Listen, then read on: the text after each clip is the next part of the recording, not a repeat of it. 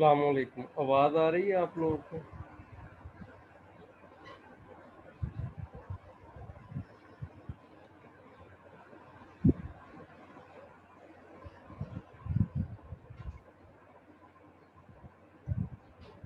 आवाज़ आ रही है आप लोगों को? क्या आप लोगों को?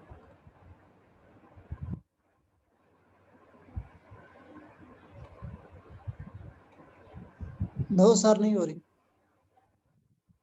चलें जी, अब हो रही। अब हो रही है सर। आज हमने पढ़ना है फिगर एंड ग्राउंड रिलेशनशिप। ये भी एक जो हमने ऊपर 5 प्रिंसिपल्स पढ़े हैं परसेप्शन के, उनमें से एक ये है 6 वाला। फिगर एंड ग्राउंड रिलेशनशिप में क्या है, अगर आप कोई भी चीज़ परसीव कर रहे हो, देख रहे हो आम रूटीन में, कुछ जो ऑब्जेक्ट होते हैं वो हमें बैकग्राउंड में नज़र आ रहे होते हैं, यानी कि इर्द गिर्द नज़र आते हैं। एक बात मैं आपका कॉन्सेप्ट पहले क्लियर कर दूं, जिस चीज़ पे आपकी तवज्जो सबसे पहले जाएगी ना, वो आपका फिगर है, और इर्द गिर्द की सारी चीज़ें आपका ग्राउंड बन जाएंगी। जिस चीज़ पे तवज्जो जाए वो क्या है, फिगर है, और बाकी इर्द गिर्द की सारी चीज़ें क्या होंगी, वो ग्राउंड कहलाएंगी। जैसे कि आप अगर जिस रूम में बैठे हैं, इस रूम में किसी एक चीज़ पे अगर आपकी तवज्जो जाती है तो उस रूम में बाकी भी चीज़ें हैं, तो वो सारी ग्राउंड बैकग्राउंड बन जाएंगी। जिस चीज़ पे आपकी तवज्जो है वो आपका फिगर बन जाएगी। मिसाल के तौर पे, the figure is usually seen as a distinct shape in front of the ground. ये एक अलग से शक्ल नज़र आ रही होती है ग्राउंड की निस्बत। The figure is what we attend to at any particular time. Figure उस चीज़ को कहते हैं जो हम एक ख़ास टाइम में किसी एक ख़ास चीज़ पे तवज्जो देते हैं। And the ground represent the context in which the figure is presented. और जिस के अंदर ये चीज़ पाई जाती है वो हमारा जो है वो ग्राउंड बन जाता है, यानी कि इर्द गिर्द की जितनी चीज़ें हैं वो ग्राउंड बन जाएंगी। जैसे कि मिसाल के तौर पे उन्होंने एक एग्जांपल दी है, two children seem distinct from the ground. ये एक मैं आपको तस्वीर शो करवा रहा हूँ।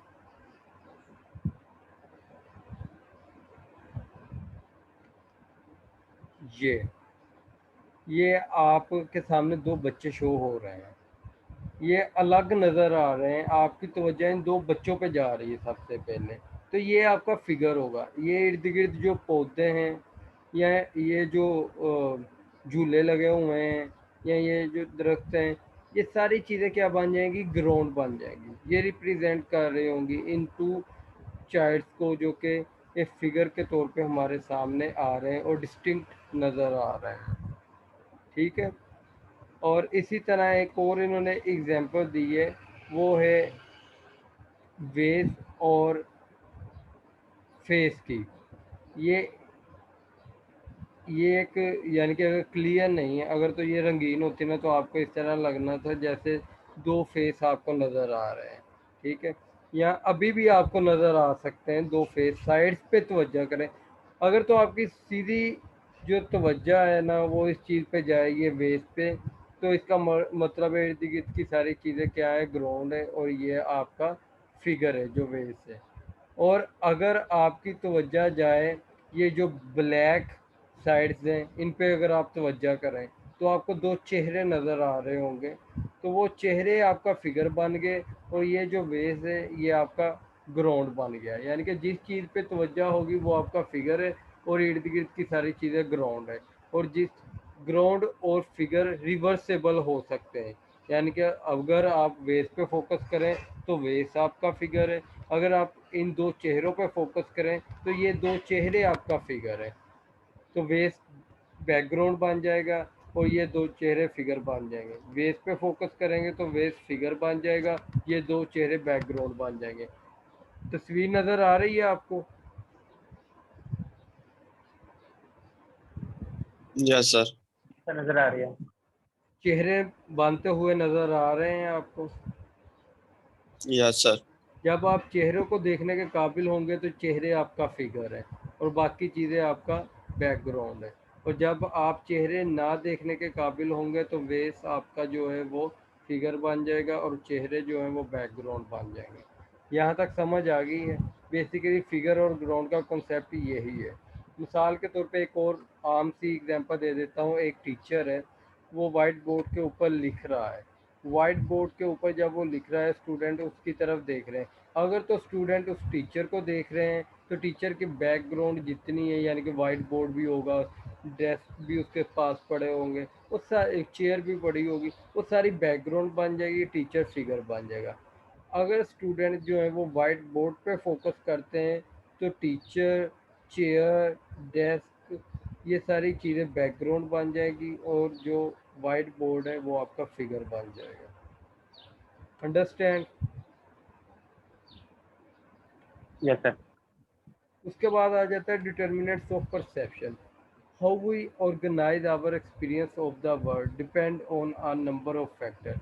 कि जो हम बाहर वाली दुनिया का तजर्बा करते हैं उन्हें हम किस तरह से ऑर्गेनाइज करें, इसका इन्हसार मुख्तलिफ अवामिल पे होता है, मुख्तलिफ चीज़ों पे होता है। ये जो the determinants of perception can be divided in 3 general type. ये जो डिटर्मिनेंट्स हैं इनको हम आम तौर पे 3 आम कैटेगरीज में डिवाइड करते हैं। नंबर 1, ऑब्जेक्टिव और स्टिमुलस फैक्टर।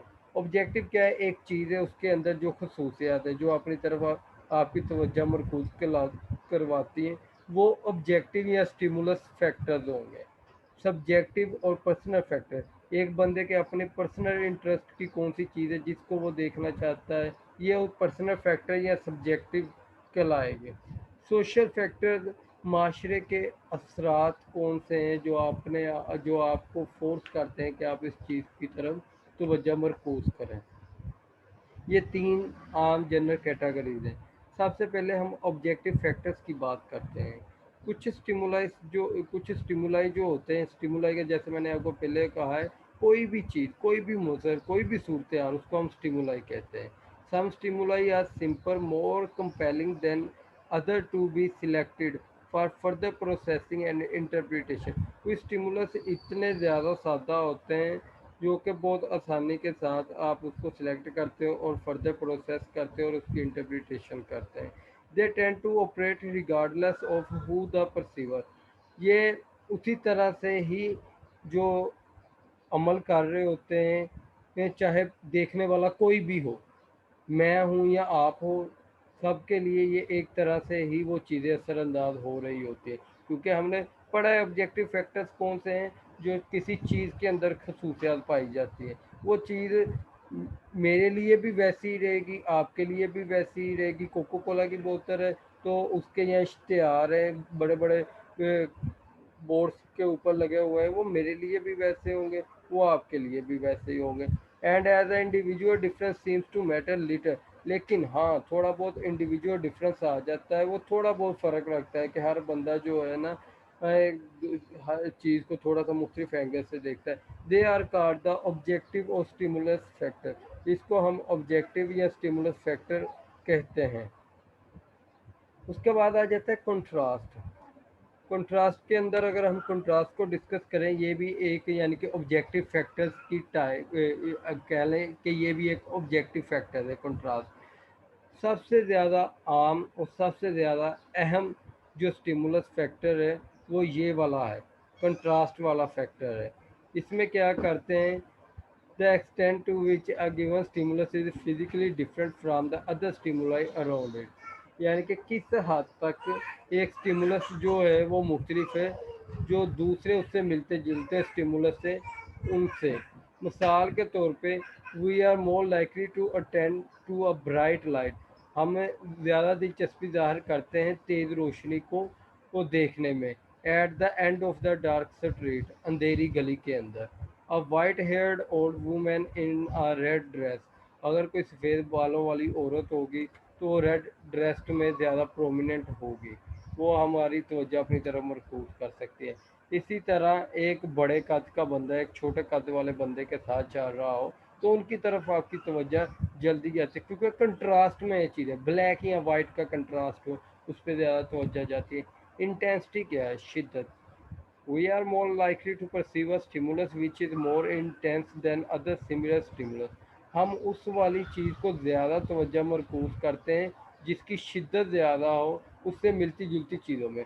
अब कोक वगैरह जो है वो एक ही ब्रांड की नहीं है, पेप्सी की भी है, कोको कोला की भी कंपनी है, गोरमे वालों की भी है, और भी कई हैं। जो ज़्यादा शिद्दत के साथ आपकी तवज्जो मरकूज़ करेगी दूसरे स्टिमुलस की निस्बत, वो आप उसकी तरफ ज़्यादा तवज्जो देंगे। मिसाल के तौर पे a scream can be easily perceived as compared to whisper, flashing neon lights are more attention grabbing than a dim light। एक एग्जांपल ये वाली ले लें कि अगर डिम लाइट मध्यम रोशनी जो है और एक तरफ जलती बुझती रोशनियाँ हैं, आपकी तवज्जो मध्यम रोशनी के ऊपर नहीं जाएगी, जलती बुझती रोशनियों की तरफ जाएगी, क्योंकि वो इंटेंसिटी में ज़्यादा है, वो आपकी तवज्जो अपनी तरफ ज़्यादा मरकूज़ कर रहेंगे। Familiarity, if you are out of town, अगर आप अपने कस्बे से बाहर and find your self in a new and different environment, और आप अपने आप को एक नई जगह या नए माहौल में पा रहे हैं, समझ रहे हैं कि आप एक नई जगह पे हैं या नए माहौल में, you are more likely to notice something familiar, तो आप उन चीज़ों को ज़्यादा नोटिस करोगे जो कि मिलती जुलती होंगी, फेमिलियर होंगी।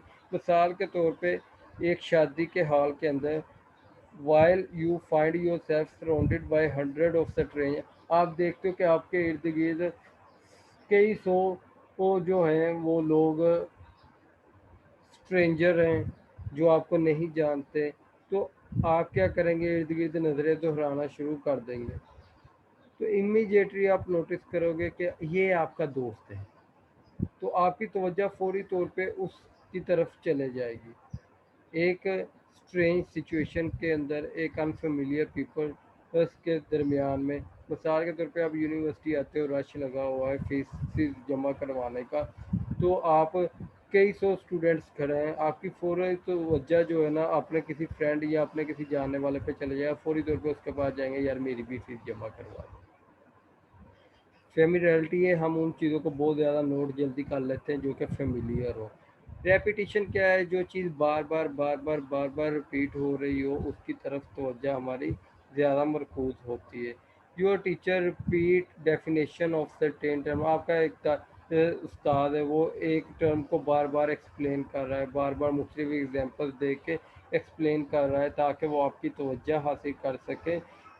इसी तरह एक बिज़नेस, अगर आप किसी बिज़नेस एरिया में ड्राइव कर रहे हैं या शॉपिंग मॉल में आप गए हुए हैं, आप नोट करेंगे कि बड़े बड़े साइन बोर्ड जो हैं वो थोड़ी थोड़ी जगह के बाद लगे हुए हैं, थोड़ी थोड़ी आप आगे एक एक कदम आगे जाते हो फिर लगा आ जाता है, फादर से एक ही प्रोडक्ट के बार बार साइन बोर्ड आप देख रहे हैं।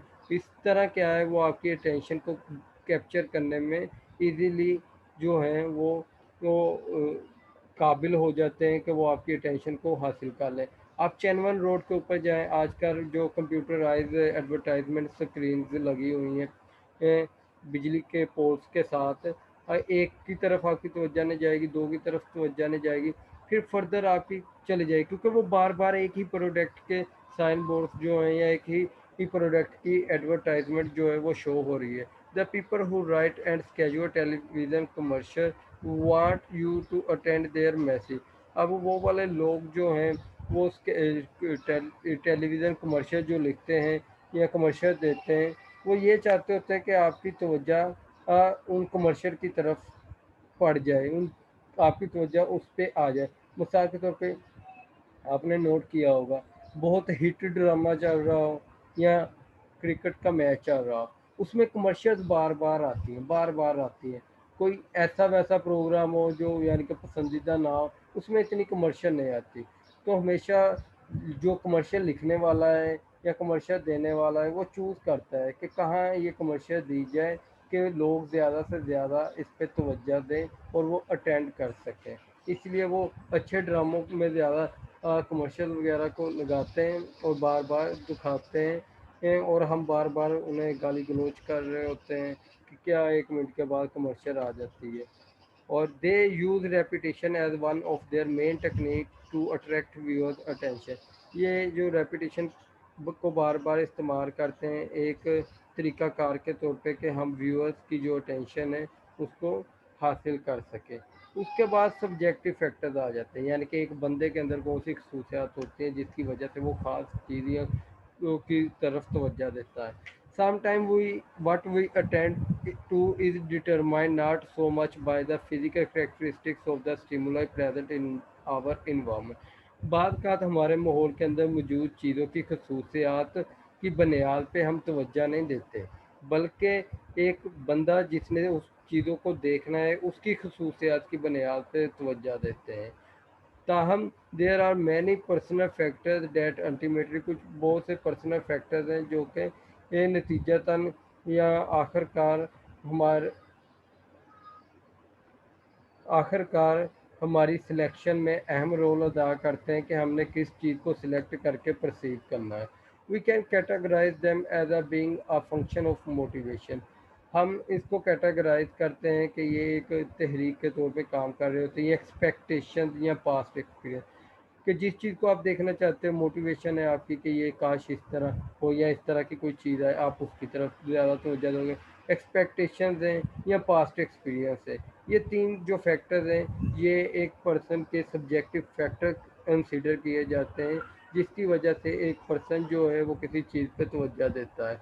Motivation it is a true that passive we often perceive what we want to perceive. ये सच है कि अक्सर हम वो वाली चीज़ें ही देखते हैं जो हम देखना पसंद करते हैं। मिसाल के तौर पे आप न्यूज़पेपर को ओपन करेंगे तो अगर तो आपको ज़्यादा जो शौक़ है वो स्पोर्ट्स न्यूज़ के मुतल्लक है तो आप स्पोर्ट्स न्यूज़ वाला पेज की तरफ डायरेक्ट जाएंगे, सियासी खबरें नहीं पढ़ेंगे। इसी तरह इन्होंने कहा exclaim with joy date of painting exhibition is casual for the same afternoon. आप खुशी से झूम उठेंगे कि आज की शाम ही जो पेंटिंग एग्जीबिशन हो रही है। न्यूज़पेपर क्योंकि आपको पेंटिंग में इंटरेस्ट था इसलिए आपने डायरेक्ट उसी चीज़ को नोटिस किया। Whereas none of your family member notice this news, जबकि दूसरा आपका फैमिली मेम्बर इस खबर को नोटिस नहीं करेगा क्योंकि उनका इंटरेस्ट नहीं था पेंटिंग में। This phenomena is called the selective perception. ये जो सूरत हाल है ये हमारी सिलेक्टिव परसेप्शन कहलाती है। Physical size ordinary the bigger the stimulus the more likely we are to attend to it. जितनी बड़ी चीज़ होगी हम उतना ही ज़्यादा शौक़ रखेंगे कि इसको हम अटेंड करें। मिसाल के तौर पर बड़े बड़े एडवर्टाइजमेंट के साइन बोर्ड आपने देखे हुए हैं। रेस्टोरेंट कंपनीज के बड़े बड़े एडवर्टाइजमेंट देखते हैं, बड़े बड़े बोर्ड्स के ऊपर लगी होती हैं, आपकी तवज्जो फौरी उधर जाती है। जो गली या मोहल्लों में छोटे छोटे से बैनर्स लगे होते हैं उन पे इतनी तवज्जो नहीं जाती। People want to react the biggest billboard they can afford in order to attract customer. अब वो जो लोग हैं ना वो चाहते हैं कि वो बड़े बड़े जो है ना बिल बोर्ड बनाए, ये वो अफोर्ड करते हैं ताकि वो कस्टमर की जो अट्रैक्शन है ना उसको अपनी तरफ मरकूज कर सकें। मोशन हरकत करती हुई चीज़ों की तरफ आपकी तवज्जो ज़्यादा जाती है, ना कि साकन चीज़ों की तरफ।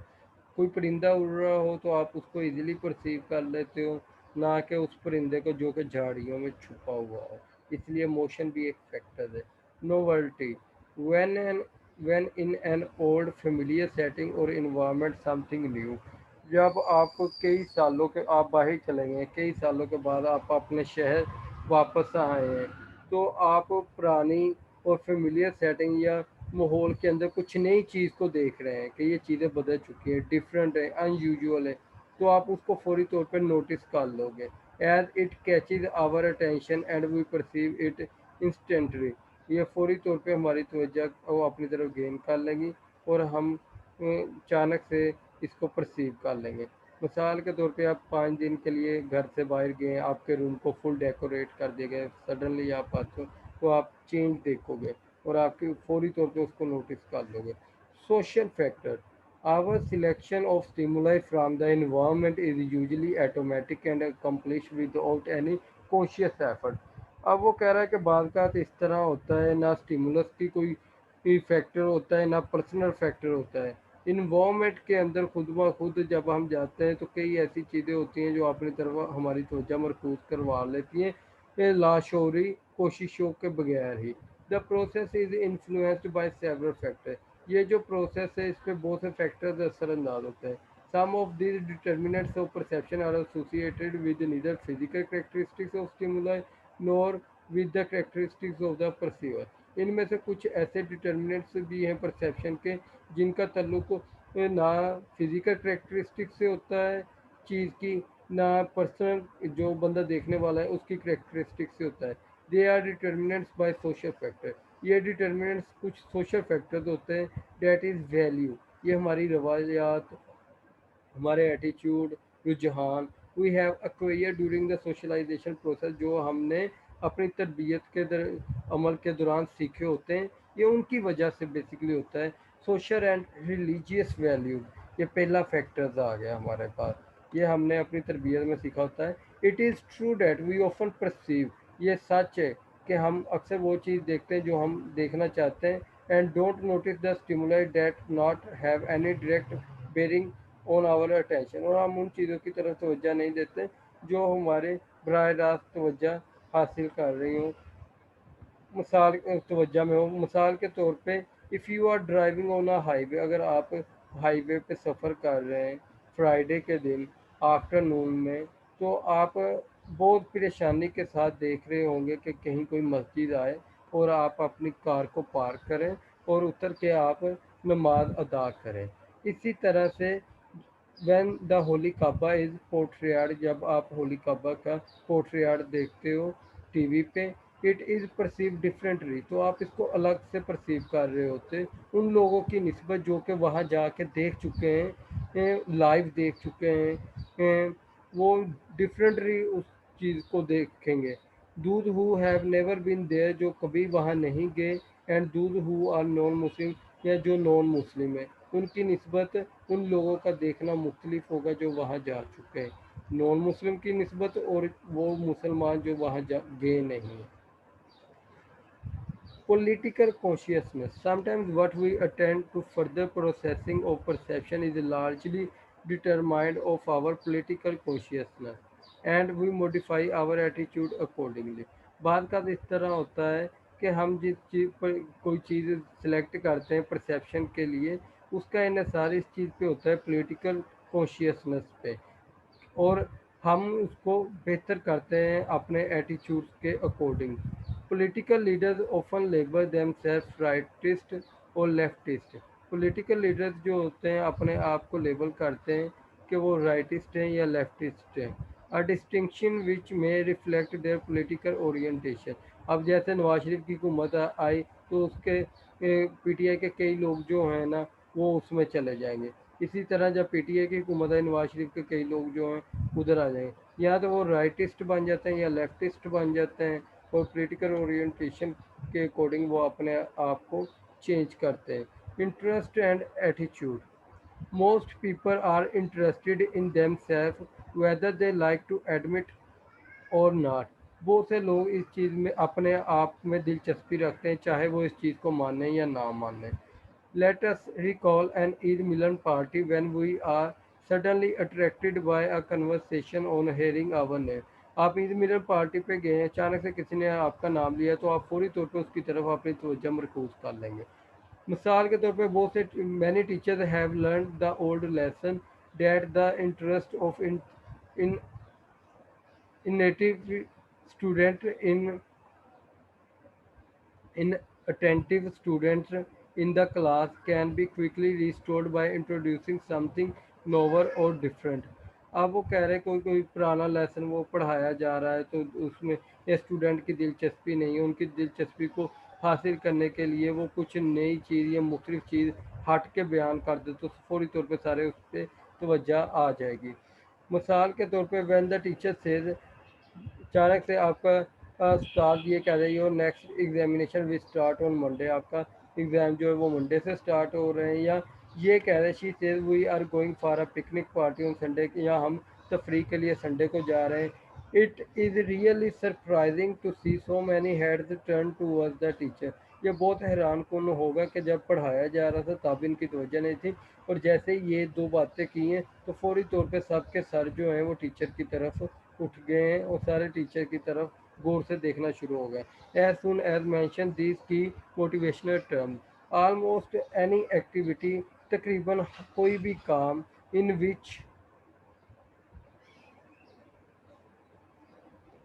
विच we have develop an interest, जिसमें हमारी दिलचस्पी हो, हम फौरी तौर पे वो हमारी अटेंशन को कैप्चर कर लेती है। A child may attend to the title music of favourite TV programme, एक बच्चा जो है वो टीवी प्रोग्राम के टाइटल म्यूजिक को बहुत ज़्यादा पसंद करता है, उस पर ज़्यादा तवज्जो देता है। वेयर अडल्ट में टोटली इग्नोर इट, जबकि बड़े इसको मुकम्मल तौर पर इग्नोर कर देते हैं। The motivating force of TV commercial, newspaper advertisement, social and political events depend on our interest। ये जितनी भी चीज़ें मैंने ऊपर बयान की हैं, इनका सबका इन्हिसार किस पे होता है? हमारी दिलचस्पी पे, हमारे एटीट्यूड पे और हमारी हैबिट्स पे। ये डिटर्मिनेंट्स ऑफ परसेप्शन थे, ये हमने पढ़ लिया है। ठीक है, इसमें अगर किसी को कोई कन्फ्यूजन है तो वो पूछ ले। आज के लिए इतना ही है, कल इंशाल्लाह हम टाइप्स ऑफ परसेप्शन पढ़ेंगे और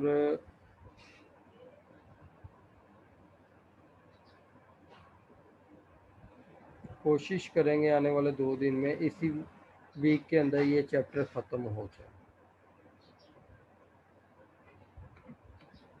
पढ़ा तो भी काफ़ी है, लेकिन कोशिश होगी कि इसी वीक के अंदर ये ख़त्म हो जाए।